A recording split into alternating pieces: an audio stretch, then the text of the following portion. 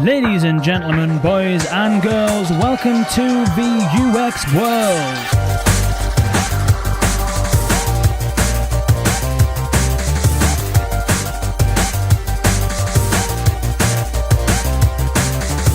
Welcome, ladies and gentlemen, to episode 20. I think it's 20. Is it 20? It feels like 20. It's getting on now. We're kind of motoring ahead. Today's episode is going to be a very special episode indeed. But before we get into this episode, there's two announcements to make, really. One is that there is now, thanks to Bryan Colligan, our guest today from Alpha Voice, there is now a VUX World Alexa skill. What it is, and we'll learn a lot more about it during the course of this episode, but essentially what it does is, if you enable the VUX World Alexa skill, you can ask it for anything, any voice-first topic, and it will search through our backlog of podcasts, 20 episodes at the moment, and it will pick out any episode that contains your search phrase within the episode itself. So not the titles, not the descriptions of the episodes, but the actual audio content. It'll search in that and it'll pull out the episode that matches your search term. How cool is that? Enable that right now. Now, as it stands right now, on Monday the 11th of June 2018, it is available in the US skill store. We're still going through the process of getting it into the UK skill store. It will be there very soon, and hopefully it'll be everywhere else as well. So if you're not in America, you might not be able to find it right now, but you will be able to find it in the next few days. If you are in America, ask Alexa to enable VUX World and you will find it there. The second thing that I wanted to say is that this week's flash briefing discussion is all about the certification process. So let's take Alexa for example, and Google as well if you like. We're asking you, what is your thoughts on the certification process? Is it too strict? Is it not strict enough? Or is it just right?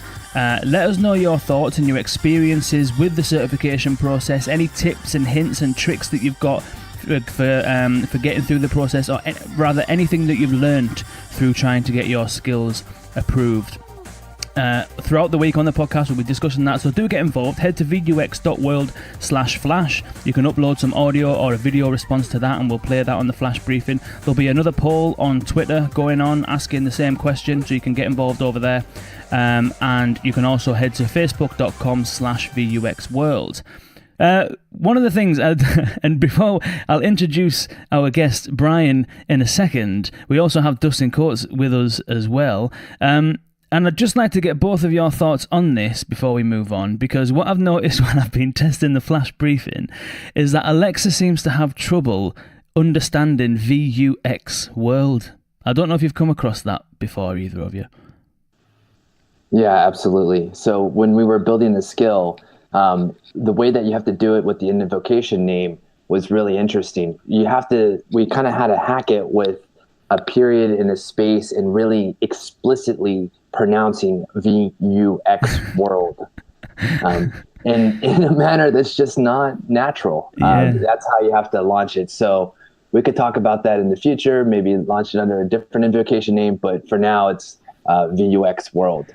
Wicked. Have you come across anything like that, Dustin, with invocation names and stuff like that? No, not so much. Most of my invocation names have been quite simple, quite easy, but I could see something with these are always difficult in any kind of communication. Same for X, I suppose, as well. So I could see that easily being a problem. Then I've been debating, should we call it VUX World? And whenever I say VUX World, I start getting the libraries from all kinds of books that Books World sell. So, yeah, that's interesting. Trust me to be doing this all about the voice first space, and I've picked a name that is a nightmare in the voice first space. Maybe it's going to be a little bit like how parents started choosing names based on which domain or email address is available. They're going to start picking what invocation names available instead. Yeah, that sounds like it could go that way. Anyway, sorry, go on, Bryan. So there was a skill that I used the other day. It was called Bolabot. And it was interesting because I didn't even have to open up the skill or say enable the skill.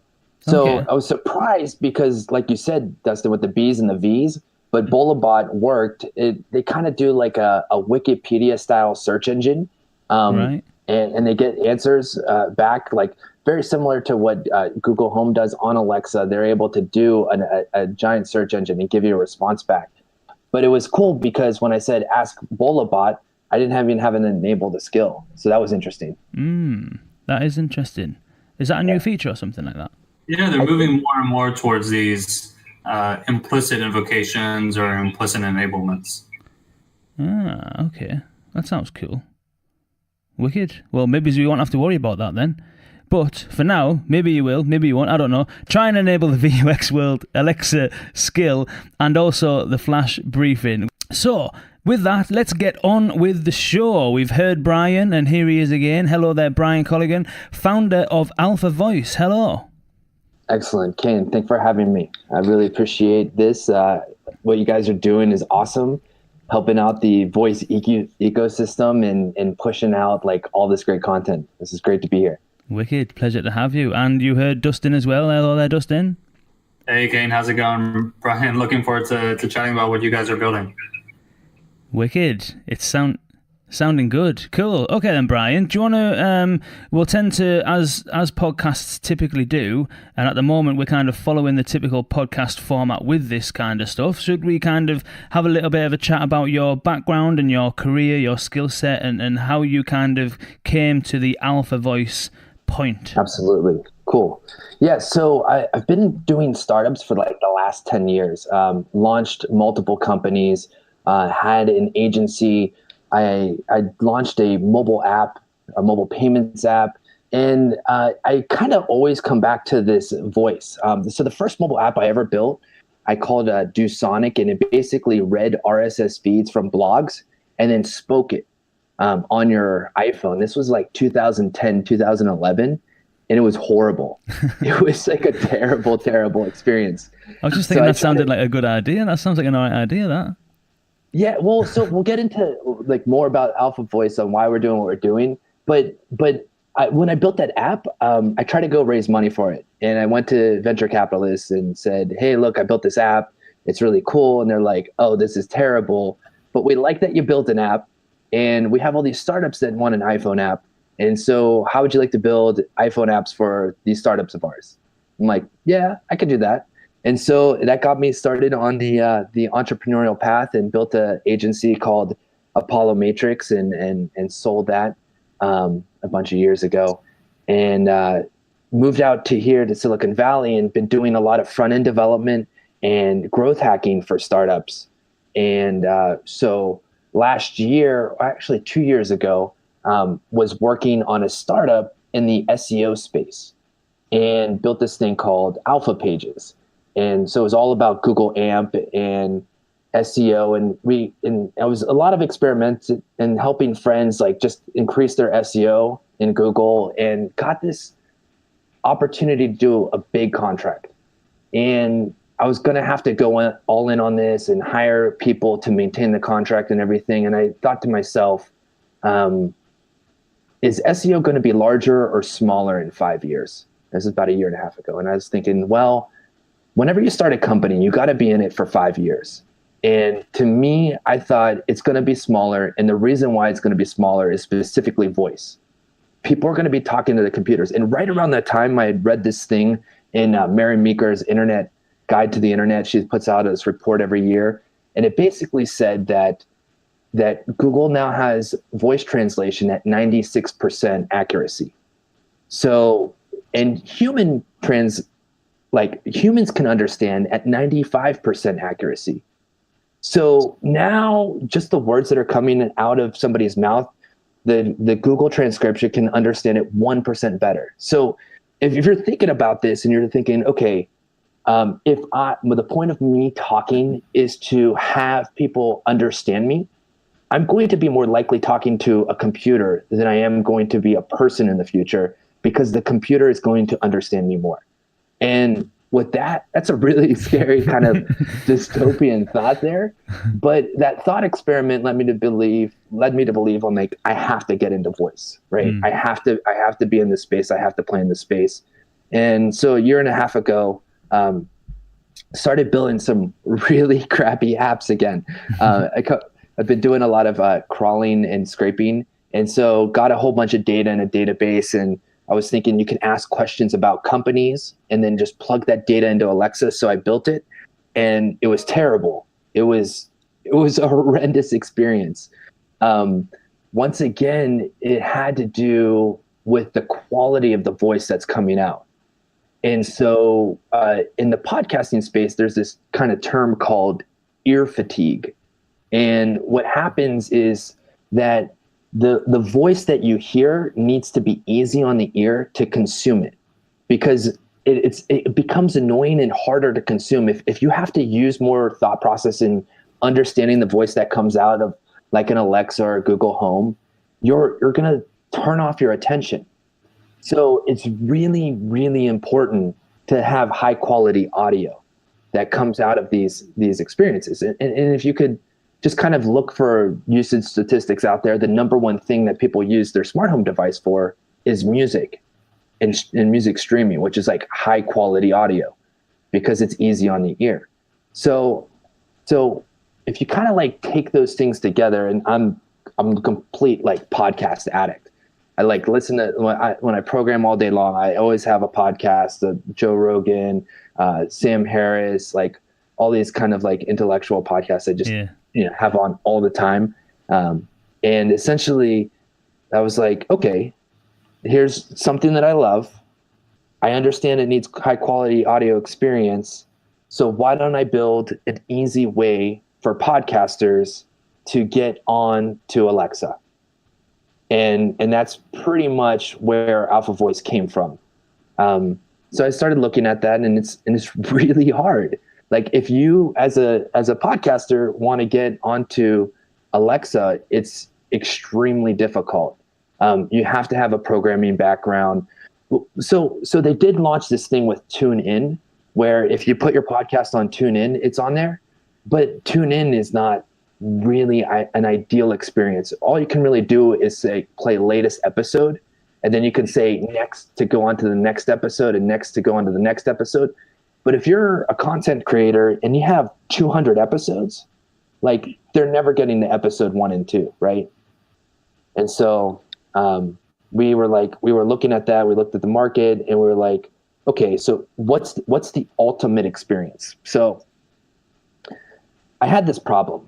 And this problem was there was this episode on the Joe Rogan podcast where this guy was talking about like lobsters and the dominance hierarchy and this thing. And I tried to share it with somebody, and it literally took me like 30 minutes to find the spot in a YouTube video, right? To like transfer that over.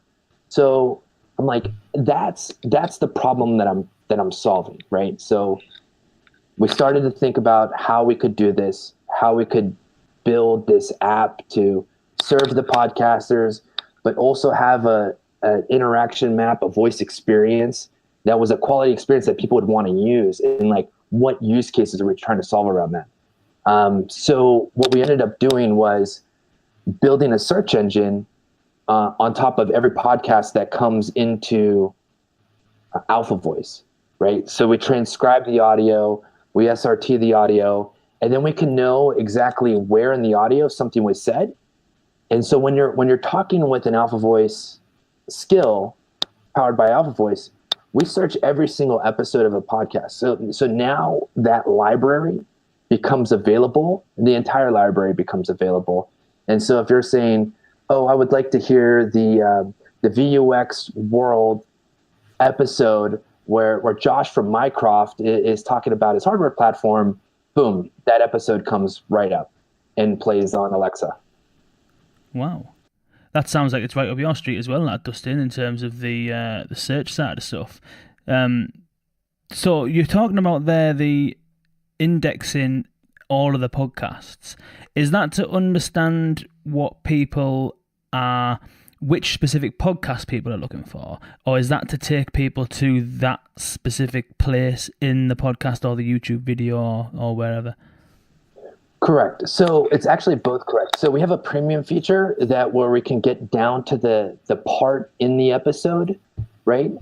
We haven't had much request for that yet, but right now it's just serving the episode for every podcaster on board. First, we kind of have to get people used to how to use the tool and the service. And we don't do every podcast. We're kind of a publisher first, a podcaster first platform. So we're not just going out there and scraping and crawling every single podcast in existence. We go and work with podcasts that have had that have blessed us and given us. I mean, there's a lot of content out there, and so we're trying to work with individuals that are forward looking and looking to build their audience on a new channel. Yeah, and I'd be interested in digging in this a little bit. Sure. So you're searching large amounts of text and content, right? Yes. And search on itself is a difficult thing, and you introduce voice, and it's even more difficult. Right? You talk about Google having 96% accuracy, and typing it's not 100%, but solving for typing typos is a solved problem. Mm-hmm. How do you handle things like speech typos? How do you handle things like relevancy when you've got such a large corpus of data? Right. It's a really interesting problem. And we're always getting better at it, and we're always having debates on it. What's interesting is that we kind of blurred the lines within our interaction map experience, right? So we also give scoring. So we have different parts of. We create a scoring system. The scoring system is based upon your title, your keywords, your metadata, the description that you have. Obviously, those things score higher in our search algorithm than the content actually in the transcription. So that's one way that we kind of fudge the numbers a little bit. The next thing that we do is we start to, if you get a ton of results back, we offer you the 3 top results based off the score, right? So let's say let's say you asked about Alexa in the Vuex World podcast, right? I mean, every single podcast you're probably mentioning something about Alexa. And so then you say, okay, well, how many times has Alexa been mentioned in there, right? So then we count that as well in our scoring algorithm and push that to the top. I think what you're talking about, though, is more about kind of misspoken words, and that happens. And one of the nice things that we do is that we give every search request back to the podcaster and the publisher, and they really enjoy that. So they can see exactly every single request that was made and what requests are coming in. You don't really get that with Google search engine. You don't really get that. You can get that with ads, but you have to buy those ads. But every time somebody uses the skill, you're getting more feedback on what kind of content you should look at creating. So I don't know if I'm answering your question directly. It's a really hard problem. And we're kind of fudging the lines with like a little bit of NLP in there as well. So let's say we don't find any. Here's the one thing that we do. If we don't find anything, we take the NLP of your words and then push it against the what's called a lemma. And we take the lemma of your words and the lemma of our transcription, and then we try to match that against it too. So it's not an exact match as well. If we don't find anything, we then try to do a base match of, what are you trying to ask for? What are you trying to contact? And I got to say, we're not the greatest in the world at it. We're always getting better, and it's a really hard problem.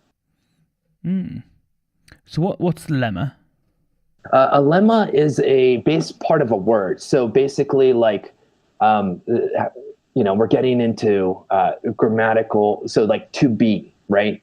To be, like has and to be are basically the same word. Like being is the lemma of the word, right? So instead of like cats would be cat, right? And so there's all of these different contextual words, and the lemma is basically the base word of the word. Okay, the word that summarizes what all of those other words mean. Exactly. So one thing that I'm curious about, because it's a very interesting topic that I don't think has any set best practices yet, is the VUX for the search results. On the web you have the 10 blue links, you have faceting, you've got filtering, you've got pagination, all things that aren't available to us readily on voice. How do you handle that in your skills? That's a great question. And I think that it's probably the most creative piece of tech that we've worked on. A lot of this stuff is blocking and tackling, but this piece is like the really creative, thoughtful piece. And thankfully, I got a great co-founder on board to help me with this. Shout out to Caleb Gates. He had built 15 Alexa skills before he helped me tackle Alpha Voice. And so what we figured out was that if we wanted to do direct search results, it just wasn't going to work, the direct words and direct search results. So what we had to do was we had to think about each state or each kind of use case that a person is coming in to use the skill. And then we did a little bit of user testing, but it was a giant interaction map. And I would say interaction map, we have about 9 different state machines, and each state machine is its own little micro app inside of our skill. So for example, just the search piece is its own individualized app. And so when you come in and you search on an Alpha Voice skill, it asks you, what would you like to talk about? And say, I would like to talk about Alexa and the UX world. And so then at that point, we may get 100 results, we may get 3 results, and we may get 1 result. So then we have to kind of make that decision of what's the best use or what's the best UX for that. And so we thought that we do a couple things, right? So if there's 1 result, they say, great, found this result, and we play it. If there's 100 results, we say, we found a bunch of results. Would you like us to list the top 3, or would you like to play the latest result, right? And so if you found 1 through 3, we say, we found 2 results. Here are the 2 results, and we list them off. And then that way, the kind of the cognitive overhead of like saying if you have 100 results kind of gets masked. But if you describe it well enough, what you're looking for, or it's a hit nail on the head, like that matches and that plays. A lot of other state machines that we have, and a state machine is like a micro conversation, right? This is like state machines are everywhere. State machines are like how traffic lights work. They're kind of a computer terminology thing. It's basically at any given point in time, the machine can only have 1 state, right? So what's the state? And then it might have like a substate. So we have a welcome state. So if you've never used the skill before, you come in and we give you descriptions and help on how to use the skill. We have a help state. So if you ask for help, there's like all of these options on the commands that you would like to learn about or what you can ask about in the skill. We have a goodbye state, right? So if someone asks to leave or shuts down the audio, then we play the goodbye state. Thank you for seeing us. Hope you come again. You can find out more X, Y, and Z, right? So these states have, and it's difficult. The difficulty with doing it in a linear style state machine is that conversations are very lateral. Like a lot of times when you're having a conversation or you're thinking about something, you can go from one kind of thread of a conversation to another. And so we kind of control the user to kind of get back to that state, right? So if you're in search, we say, okay, we didn't find anything like that. We make a suggestion and we kind of keep you in search until you want to get out of search. And we try to guide the user that way because there's a great quote by this woman who worked for Google. She said, in conversational user experience, there are no errors in conversation. You have to handle everything. And so it's just a lot of empathy and a lot of using your product. And every time you get annoyed at your product, that's, you need to do more work there. And that's what we've kind of used as a guideline. So if you don't find anything in the search, do you then prompt did you say that you prompt the user to search again? Keeping them in that search state, you just prompt them to try another search? Yeah, I think the 2 hardest things is when we find nothing and we find too much stuff, right? Like when they find nothing, that's kind of easy. You can go back to the keywords in the help kind of index, like, oh, we haven't found anything. And then would you like to hear more about it for a VUX world? It might be like, you might hear more about Alexa or Mycroft or Google Home, Google Assistant, right? So you give suggestions. And then the other really hard thing where we need to get better at is when you find too many results. So like I said before, we have a search engine scoring system that then ranks it. So you can put in more filter detail, or you can say like list top 3. And that's kind of how we massage it, but we definitely need to get better at it. How do you cope? Because one of the things that I don't know if this is me having a slightly peculiar accent, or whether this is Siri and Alexa and all of the other kind of voice assistants. Excuse me.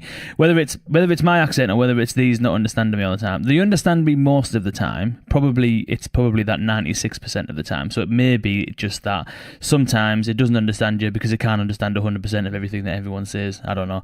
But have accents been a problem with you when you've been indexing all of these different podcasts and YouTube videos and all this different content? And if so, how would you kind of cope with that?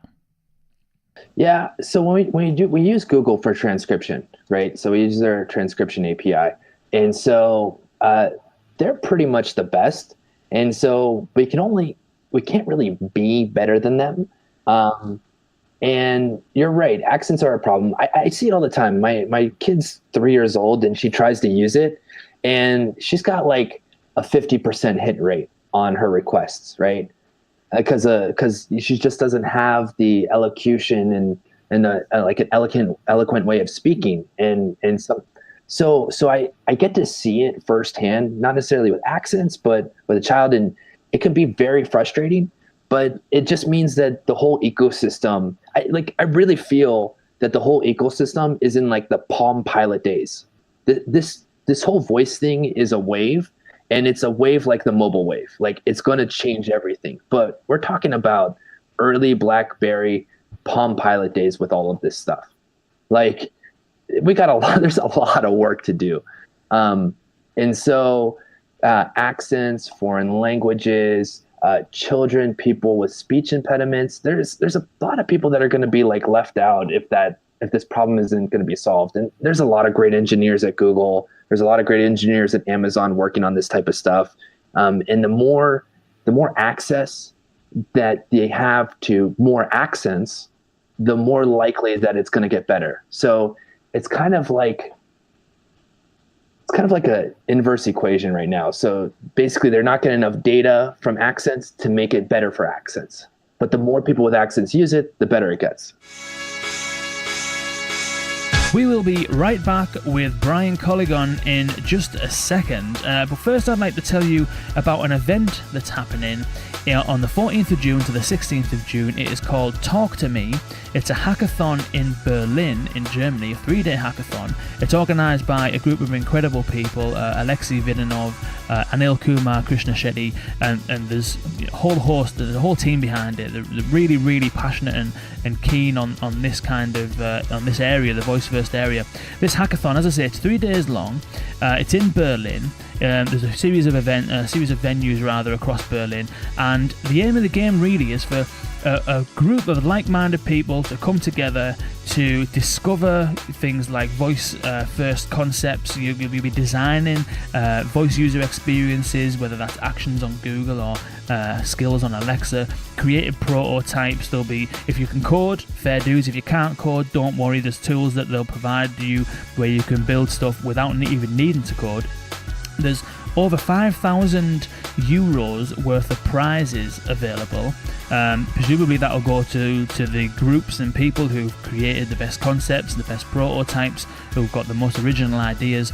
There's a whole host of speakers on as well. Peter Fries of Google will be there. Who else is there? Nadine Rothkamp from Amazon. There's a couple of people who we've had on the podcast as well. Jan Koenig from Jovo, Andrei Esaulov from Bot Talk, and a few other interesting people. Adva Levin of Pretzel Labs. She won the Alexa Challenge Kids prize not so long ago with her skill Kids Court, built on Storyline. Karen Kashansky will be there as well. Really, really interesting person, lots of experience in this kind of area.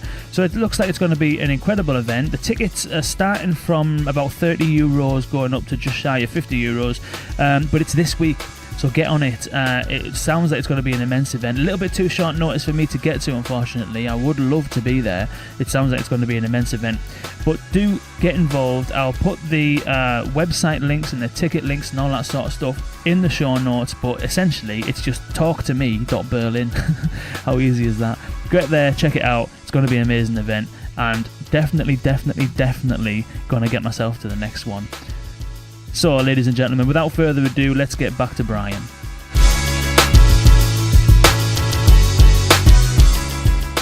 We've sort of discussed a little bit about the technology and how it kind of works. Maybe it'd be kind of useful to help people who are listening to this. There'll be people in here who there'll be content producers or what have you that may have a YouTube channel or a podcast or something like that. How would they get up and running with Alpha Voice? I'm assuming it's a piece of technology that you would build your skill on as opposed to a skill in its own right. How would people kind of get up and running with it and get moving to use it? Yeah, absolutely. So I think going back to one of the core reasons why we started this thing, it's really hard for podcasters and we're doing some stuff for YouTubers as well to get their content on Alexa. And so what we do is when you sign up for Alpha Voice, it's super simple. You plug in your RSS feed or your iTunes link, or you plug in your YouTube channel URL, and then we just do everything else for you. Like everything else is handled. So it crawls, it scrapes, it indexes. Then we start the transcription service. And while the transcription service is going, we're building our search indexing in the background. And then essentially, we have two options. You can choose to launch it under your own account, or we will launch it for you. Just probably over the next year, it's easier and faster for us to just launch it for individuals. And we launch the skill, and that's it. We charge $11 a month. It's super simple, super easy. And really, it's about getting people comfortable and experimenting with a new platform. Because the reality is, until last week, where Amazon released some of their monetization, they were blocking every way to monetize an app, right? There isn't really monetization on the Alexa platform right now. I mean, sure, they're paying some developers. I've met some of the developers with the top apps in the store, and they're doing okay. But you can't build a real business off of a donation handout from Amazon.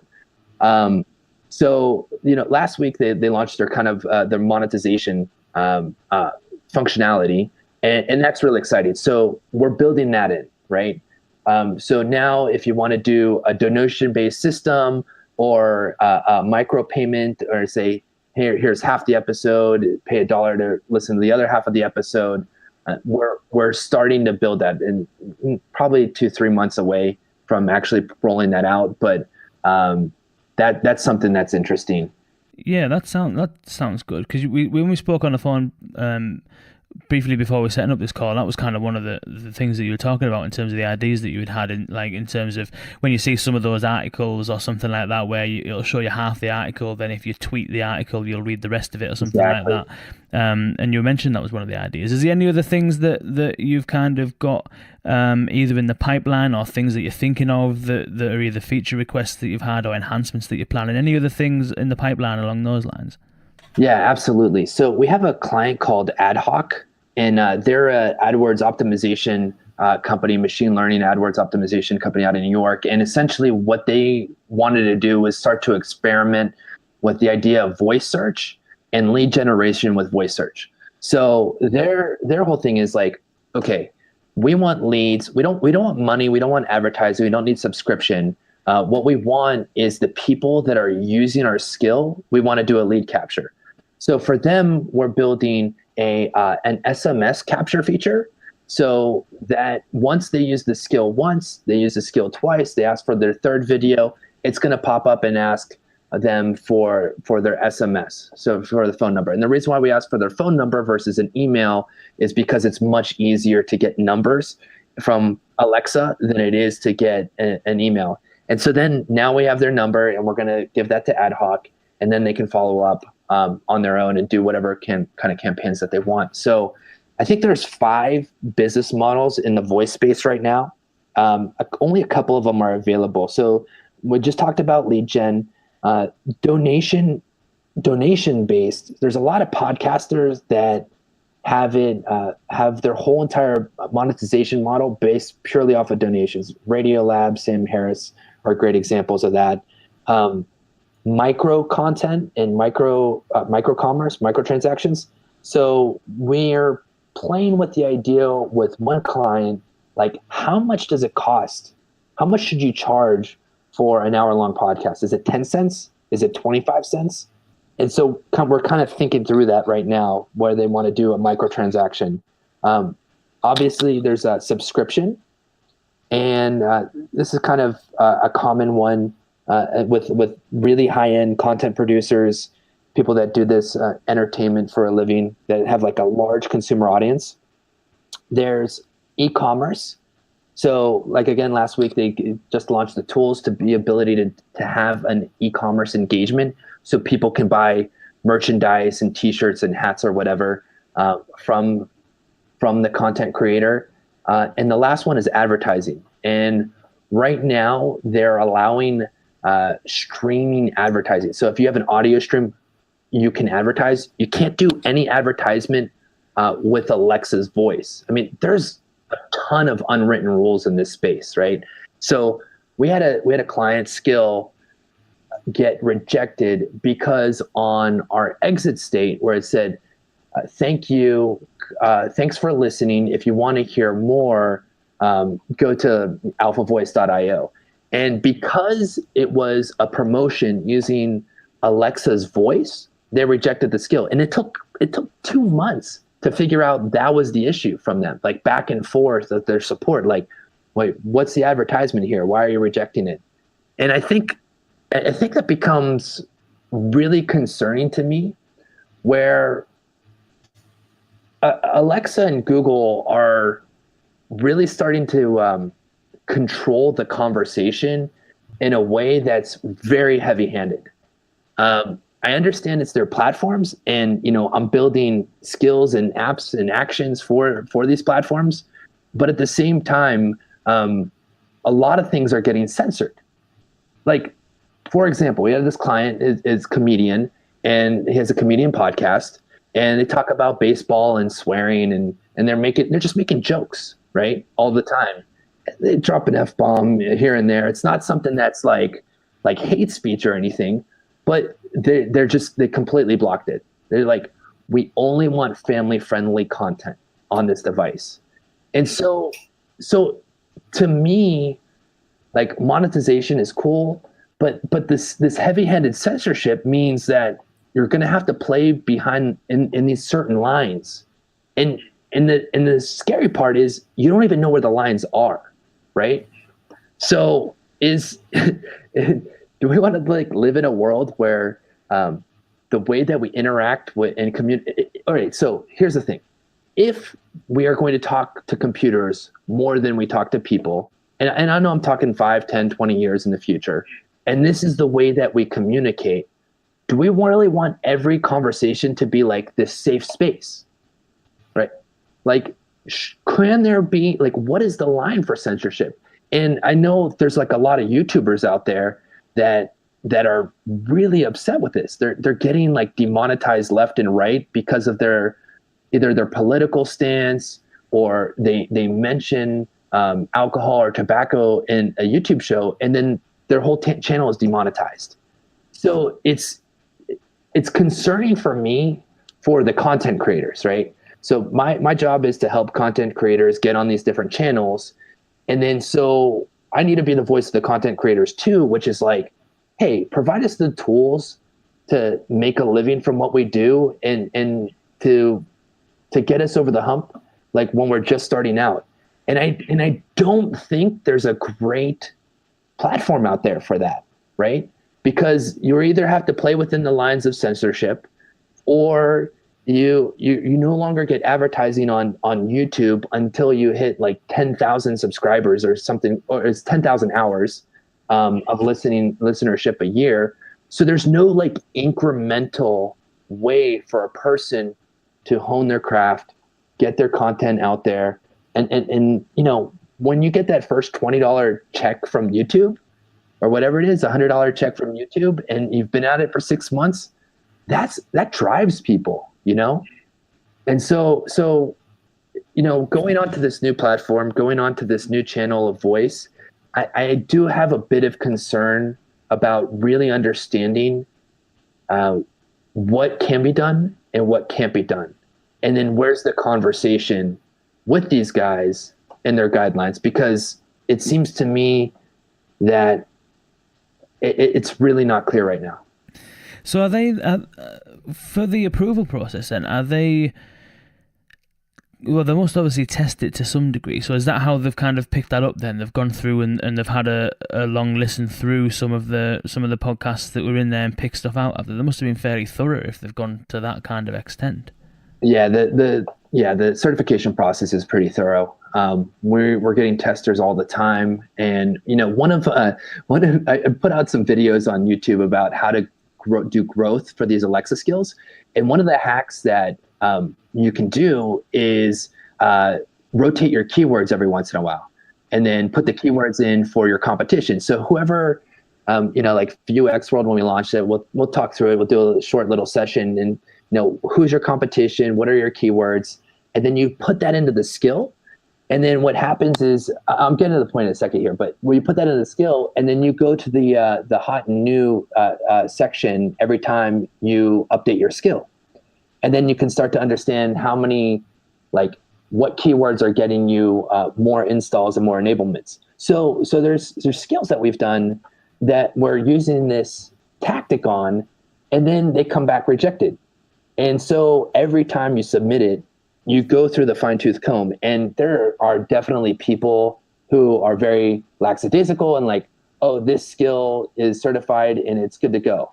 And then there's other certifiers that will pick up the littlest thing. And part of it, I appreciate it, like having not junk in the store is good. But at the same time, that level varying degree of who's actually certifying your skill can determine whether or not your skill gets passed. It's interesting that, because on the one hand, it would seem as though there's some fairly strict rules that maybe it's not published, but depending on who's assessing it, that they've got their criteria seemingly that they're going by. Mm-hmm. But then in other areas, you've got, for example, and I know we're talking about Alexa here, and I'm sure that there's a similar situation with Google, and you're right. Absolutely. In terms of these are the two major players in this space, so it's almost like those are the two companies controlling, I suppose, the access and the content that's on these platforms. So, but I'm wondering that on one hand you've got kind of really strict guidelines and strict criteria, like the VUX World flash briefing was knocked back because it had a picture of an Alexa Echo device in the background, which you had the same thing, didn't you? Because I had to send you over another image. But on the other hand, you've got skills in the skill store that have all got the exact same invocation name. Right. That seems a little bit weird, because it's like you use the invocation name, and I don't know how it determines which skill you'll enable, kind of thing. That seems like a fairly loose thing in terms of you can have as many skills as you like using the same invocation name, but then you can't have certain other things like a little bit of profanity. Right. Yeah. It's I don't know the reason why all the decisions are there. I mean, they're doing a lot of good stuff, right? Amazon is I don't want to be too harsh on them. This is Palm Pilot days. This is early BlackBerry. They're doing a great job, but there are things that need to be cleaned up. Clear guidance on the certification process, being able to talk to somebody on the other side of the phone when your skill gets rejected. Just having that conversation would ease the ability in giving feedback to developers in a tremendous faster amount. I mean, your developers are your content creators, right? So wherever the developers and content creators are going to make money and make it easy for them to push out skills and iterate, because all of this stuff we're doing is an experiment. Like, nobody is absolutely killing it on these platforms right now, like, and making a large enough business to, they're just not. I mean, so encouraging the content creators, giving them that incremental, like, feedback and attaboys until there's enough people in this ecosystem, there's enough monetization techniques to build an industry that can be at scale, is what they're kind of doing. But it feels like this is Amazon's letting you know that this is still, you're playing on our territory, right? And same with Google. Like, these guys are doing the same thing. They're like, you're playing on in our sandbox, and we're trying to, at Alpha Voice, we're trying to push the edge with some of our creators and our content creators, and daily, weekly, we're getting our hands slapped. No, don't do that. That's a unique and good place to be, though, isn't it? To be honest, because you need people to push them boundaries for these companies to realize that there are boundaries there in the first place. You know what I mean? And it's like, if you were taking it down to a micro level, if you were implementing, let's say, for example, a new system into a company, you wouldn't implement it on day one with everybody having all permissions to do everything, would you? You would start with 0 permissions and then grant access based on their needs as you kind of roll it out. So I'm wondering whether that's the route that they're going down, is, start narrow, start with it being a little bit restrictive, and then as we get the need and discover the need for it and work out how to deal with that, because there is a large user base of kids that use the devices. So that's how do you control the access and the permissions and age restrictions and stuff like that. I can see why they might go down that route, but I think it can't stay like that, obviously, and it takes someone or some people to be knocking at that door and pushing them boundaries, and that sounds like it's exactly what you're doing. So I think it's well needed work.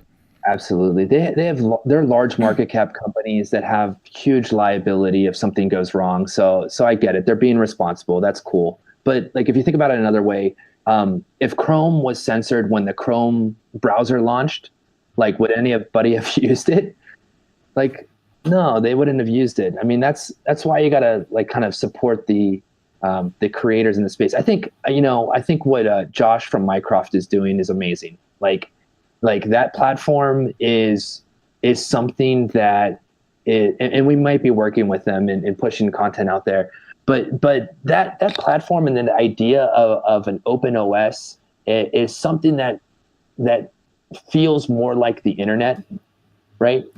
And so, because you can have different types of content, you can plug in as many apps as you want. There's not.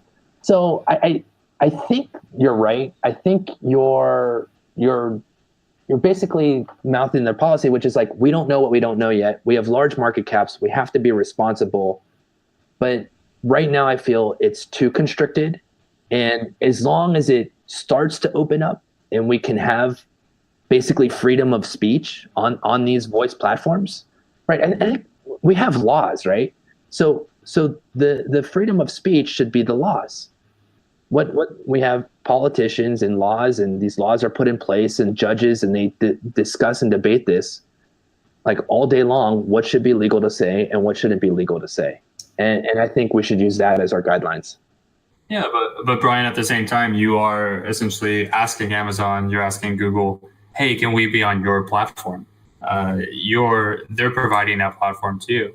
And I think there's that philosophical reason to favor openness, right? I've got an Android phone. I love it. The openness is one of the things that I really love about it. But at the same time, you have the closed ecosystem on Apple as well. I remember trying to submit an app, and it had one single mention of Android, and it got rejected. Right. So I think mobile has acclimated us to having these walled gardens, and whether they're good or bad. If you look at the business side, Apple hasn't really been hurt by having not having apps that mention Android in it or that don't adhere to their guidelines. Yeah, you're right. But that to me doesn't feel like controlling speech. For some reason, this feels a little bit different. Like when I can control the conversation and what I hear and the content that I hear, like it just, I don't, it doesn't feel the same. But I get your point.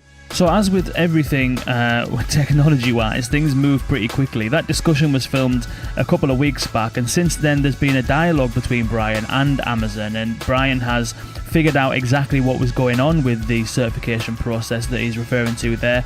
And at Bryan's request, quite rightly and understandably, he wants to set the record straight. So here is Bryan telling us about what he's learned since that discussion took place. Now, I want to talk about the podcast for a second because I had a bit of frustration, weeks and weeks of trying to push these skills through and get these podcast skills approved by Alexa.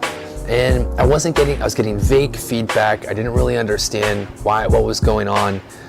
Basically, we're just saying mature content is not allowed at this time, et cetera, et cetera. With that, I knew that there was other mature skills in their app store, in their skill store there. So I did some research, found some skills with mature content, read the content documentation about how and where there should be particular types of content, and they reserve the right to refrain certain content in certain countries, and then it clicked with me. So if there are mature content skills, and and the most logical thing is they're probably following the laws of the land, why don't I turn off the skill for every single country in the world and just have it for the United States, the UK, and Germany? So here's the tip, pro tip. If you want to get your skill with mature content and explicit content passed, you will have to release it in just the United States, United Kingdom, and Germany. Now there's probably other countries where you can release it, but right now I know that for a fact you can release mature content as a skill under these countries, and other countries I'm not sure of. So it would be cool if we got some feedback from Amazon on which countries allow mature content, which countries don't allow mature content. But essentially, that's how you can release your skill with mature content. So with that frustration, I just want to pull it back and say, hey, thank you, Amazon, for pushing out the skill and following the laws of the land of each country, and straightforward protecting me from putting out mature content in a country where it's illegal. Let's push the discussion on then. Tell us all about Bryan. Tell us all about the VUX World skill that you've been working on recently. Awesome. So we took the podcast, we plugged it into Alpha Voice. It crawled, it transcribed, it took all the keywords out of it.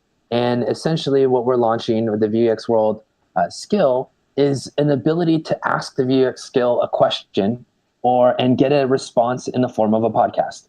So essentially, you could talk about Vasily from Storyline. Say, Alexa, ask the VUX World about the episode with Vasily from Storyline, and that episode will pop up. Or Josh from Mycroft. And so you can start to ask the skill questions. And what's really cool about it is, Kane, you'll get all the questions or your most popular requests.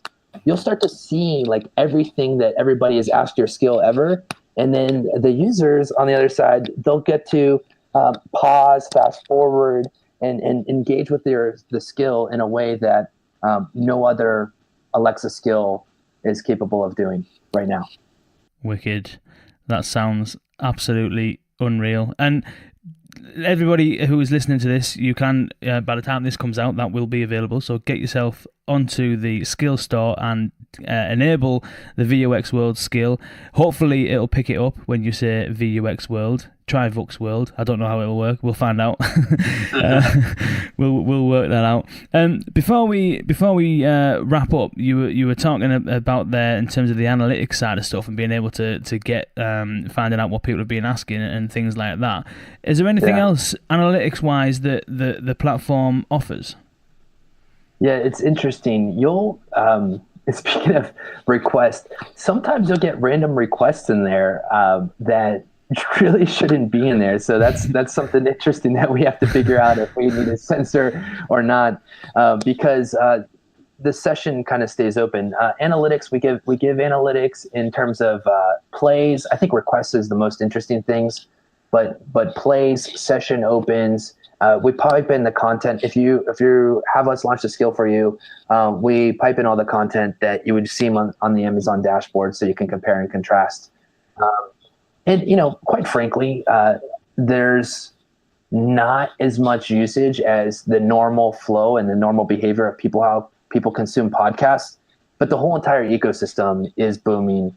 And we've just in the last 6 months since we launched our first podcast on there, we've seen growth. Like, it was first week with 7 sessions, and we have a podcast now that has like 700 sessions a week on it. So that's our biggest one, but they've been at it the longest too, and they've been promoting it. So I think that the analytics piece is really interesting. It's more information, I think, than any podcaster is capable of getting. And then we're looking at ways to do some more demographics and analytics and location-based stuff based upon who's calling for your content. But that's not completely solidified, but it's fun. Yeah. Wicked. That sounds absolutely immense. Thank you, Bryan, for doing that. That is immensely appreciated. Yeah. And yeah, everybody check it out. You'll get up and running with that right now. So yeah, do that. Before we wrap up, Dustin, have you got any further questions or anything you want to ask Bryan? No, Bryan, I think this was fantastic. Thanks so much for joining us and providing all of your thoughts. Absolutely. Thank you, guys. One last thing, if you're a podcaster or you're a YouTuber, you're trying to get onto Alexa, you want a skill, an Echo Show, get on Fire TV, go to alphavoice.io, sign up, and see how easy it is to get started on Alexa. Wicked. There you go. I'll put all of the links in the show notes. So if you're not hopping there and in the process of typing it in your address bar now, which you should be, you can hop in the show notes and all of Bryan's details and all of the Alpha Voice details will be down there as well. Cheers, Bryan. Really, really appreciate you taking the time to speak to us today. That has been an immensely interesting episode. Thank you very, very much. Absolutely. This has been fun, guys.